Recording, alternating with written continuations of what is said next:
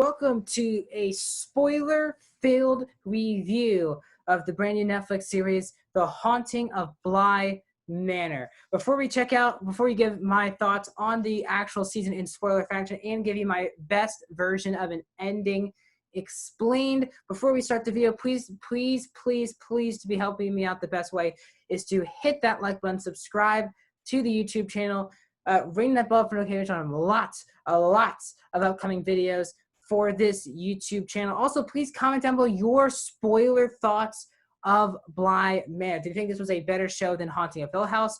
Did you see any of the twists coming? Is this one of your favorite shows of 2020? Tell me all your spoiler thoughts. Do you think there could be a season 2 or another spinoff of The Haunting of? Let me know all of that in the comment section down below. Now, once again, if you are new to my channel and you're expecting a non-spoiler review, that is all okay. I already have a non-spoiler review of The Haunting of Bly Manor already on my YouTube channel, but I don't talk about any spoilers. So if you have not seen the show, this is your final warning. There will be a link at the end of the video. But really, for you guys, go back to my YouTube channel and please watch that non-spoiler review if you have not seen the show. If you have, stick right here, and we're starting it right now. So again, as you saw in my non-spoiler review, I really love the show. It's one of my favorite shows of the year. I don't think it was as good as Hill House, but still a really good effort from Flanagan and this cast.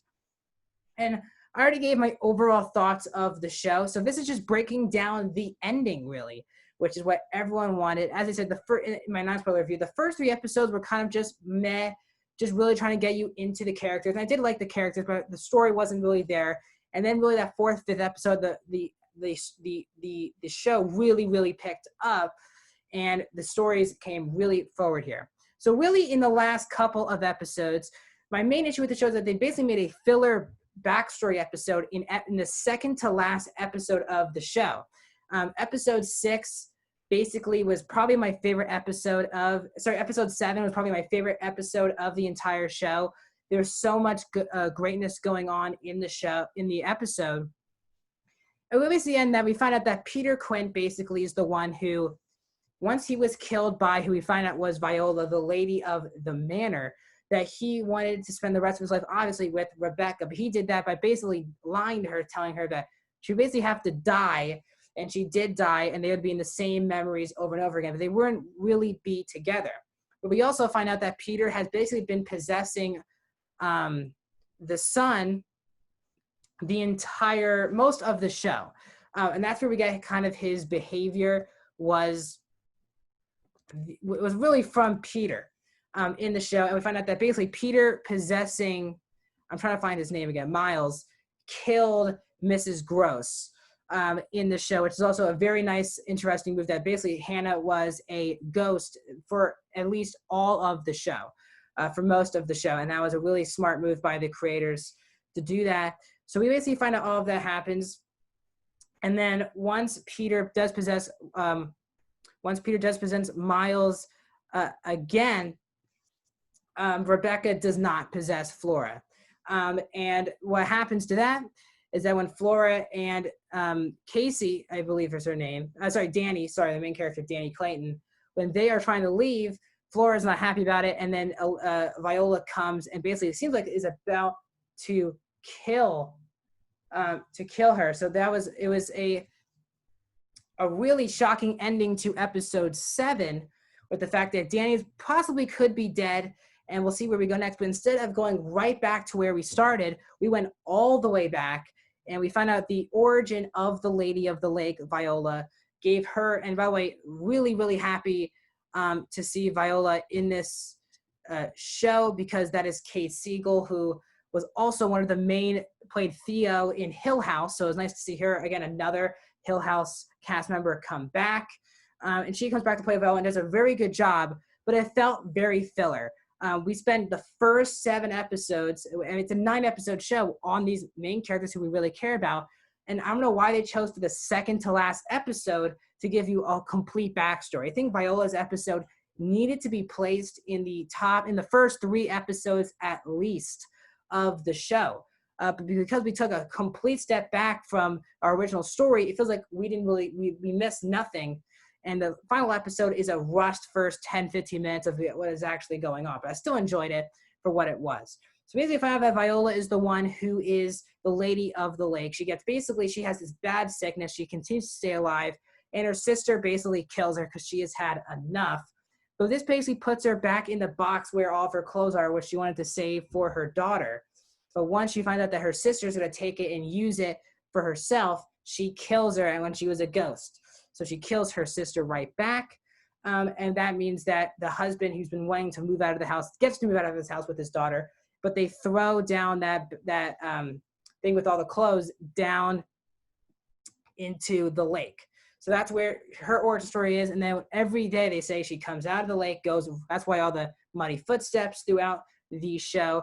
And she goes looking for her daughter, hopes to see her daughter in her bed, basically every day in repetition. But by the time that happens, her memories go collapse. She doesn't know why she's doing it anymore. That's why you can't see her face anymore.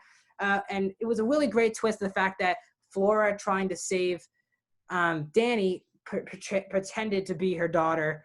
But then Danny basically uses the line how Peter and Becca took over the bodies of Flora and Miles. And now we know that Danny always will have Viola will always be a part of Danny. And we end off the episode with everyone finally leaving Bly in that final episode.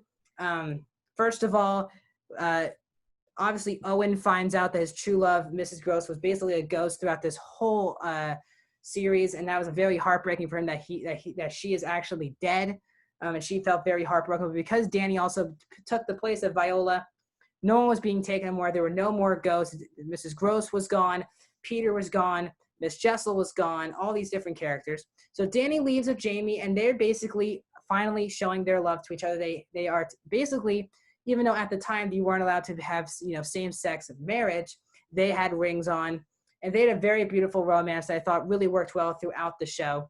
And that was the big reason why she wanted to break up with her fiance at the time, was that she really was gay. And obviously it sucks that her fiance basically got run over right in front of her seconds after she told him that. We keep progressing. Henry Thomas, who plays Henry Wingrave, he had a romance with his brother's wife, and we find out that Flora is actually Henry's daughter.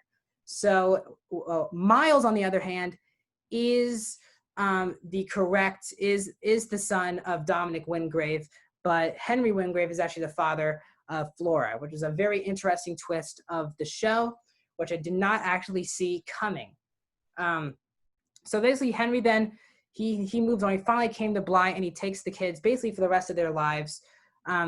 Danny, and a really great scene where Danny and Jamie go to Owen's restaurant, and they talk about how Owen has seen the kids and Henry once in a while, and the kids do not remember what happened at all to Bly, which definitely implies that definitely Peter and Mrs. Jessel, at multiple points, more Peter, took over their bodies and made them forget what they were doing.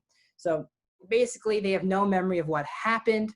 They don't even remember Danny or even Jamie, which was the big twist of the show business. That we got Carla Gugino, who I didn't want to spoil the non-spoiler review, but I'm so happy to see Carla Gugino back in the show. One of my favorite parts of Hill House, my strongest performance in my opinion, Hill House, was Gugino. And we find out that she's been the storyteller throughout the entire show, but then we find out that she's basically Jamie at the end of the show. She actually is older Jamie, and we end the show. Well, before we even get to the end of the show, they're going through this marriage, and they know that Danny at some point is going to have to go back to Bly and replace Viola and be in the lake and leave Jamie basically for the rest of her life, not knowing when they would see each other again. And throughout the show, we keep getting hinted. Danny continues to see, instead of her reflection, she sees Viola's reflection in water, in mirrors, and then she knows she's really close when she's about to basically kill Jamie. But instead of doing that, she resists. She goes back to Bly and stays in the lake to not take any more people. And Jamie is basically left without her love for the remainder, basically, of her life. And then we cut back, and we find out that all the people in the marriage, in that married group, were all older versions of our characters that we got before. So we saw older Owen. We saw it is Flora's marriage. And it was funny to see Greg Sestero in it, the guy from The Room, play her husband. Really funny to see him in the show. But we saw, again, older Henry as well, older Miles. And then, the fact that it was Flora's wedding also really, really made sense. But obviously the big twist was that Carla Gugino's character was Jamie. And she's the one who continues to tell the story of Bly Manor. And because that it really affected her the most, because her love is obviously Danny. And then we end the show with our last shot. She continues to tell us in that final episode that she leaves the door open, leaves the drain up, just in case Danny ever comes back. And we end the show with Carla Gugino, Jamie falling asleep, and we see Danny's hand over Jamie to end the show. A really beautiful ending to the show. As I said, I did have a lot of issues with the scheduling of the episodes. I thought, as I said earlier, episode 8 should have never been there. It should have been episode 1 or 2 or 3. Really should have placed that episode. But a really emotional season. Great romances across the board. I would have loved to spend more time with Owen and Mrs. Gross. That romance did not get the time that it thinks it got. But I really enjoyed Danny and Jamie's romance, and it really hit me emotionally, almost made me cry at the end that Danny's hand was on her. And then obviously the big romance for me was that Peter and Mrs. Jessel was a really, really good romance as well. And you were very conflicted on Peter. Was he actually the villain of the show? But he was abused by his dad, and his mom just let it happen, and she made him pay for it. And it was really painful for him to every time that memory that he always goes back to is hell for him, that he had to talk to his mom, who they accused him of robbing Mr. Wingrave. And it was just, it's a lot going on for his character. Once again, great performances from the show. The majority of the Haunting of Hill House cast returning here. Pedretti, Thomas, Gugino, Jackson Cohen, all come back. Also, Kate Siegel, all come back to the show. Give great performances. I really love the show. I do not believe we're going to get a season 2 of Bly Manor. I think the only opening season 2 would be Hill House. This show kind of really ends on a really good note. Does not need a season 2. But again, we would tell me in the comments before we leave this video, do you want to see a season 2 of either Hill House or Bly Manor, or do you think they would choose to continue these anthology haunting of stories? Would you like the same cast to come back? I really, really enjoyed the show. It was not as horrifying as I thought it would be. It's basically just a gothic love story, and I really, really enjoyed that.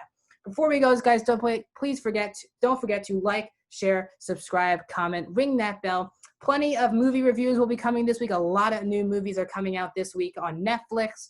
I'll be reviewing those in the coming days. And before you leave, please comment down below your thoughts of this show in spoiler fashion. You can click my TV show reviews to find other reviews. I'll see you guys in the next one.